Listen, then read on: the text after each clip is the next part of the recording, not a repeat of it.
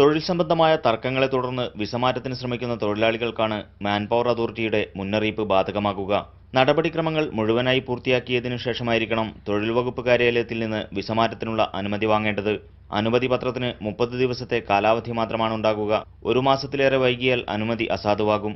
തൊഴിലാളി വിസമാറ്റത്തിനുള്ള അനുമതി കരസ്ഥമാക്കിയതിനു ശേഷം തൊഴിലുടമ കൊടുക്കുന്ന പരാതികൾ സ്വീകരിക്കപ്പെടുകയില്ലെന്നും അതോറിറ്റി വ്യക്തമാക്കി. സാധാരണഗതിയിൽ വിസ മാറുന്നതിന് 3 മാസം മുമ്പാണ് തൊഴിലുടമക്ക് മുന്നറിയിപ്പ് നോട്ടീസ് നൽകേണ്ടത്.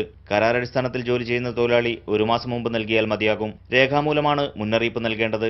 മുന്നറിയിപ്പ് കാലത്തിന് പകരം തൊഴിലുടമ നിശ്ചയിക്കുന്ന തുക നൽകിയും വിസമാറ്റം നേടാവുന്നതാണ്. തൊഴിൽ സംബന്ധമായ പ്രശ്നങ്ങൾ തർക്കപരിഹാര സെല്ലിലെത്തിയാൽ അധികൃതർക്ക് മുന്നിൽ തൊഴിലാളി നേരിട്ട് ഹാജരാകണമെന്ന നിബന്ധനയും മാൻപവർ അതോറിറ്റി പുതുതായി ഉൾപ്പെടുത്തിയിട്ടുണ്ട്. തെളിവെടുപ്പ് സമയത്ത് അഭിഭാഷകന്റെയോ നിയമവിദഗ്ധരുടെയോ സഹായം തേടാൻ തൊഴിലാളിക്ക് അനുവാദമുണ്ടാകുമെന്നും മാൻപവർ അതോറിറ്റി വ്യക്തമാക്കി. Media 1 Kuwait city.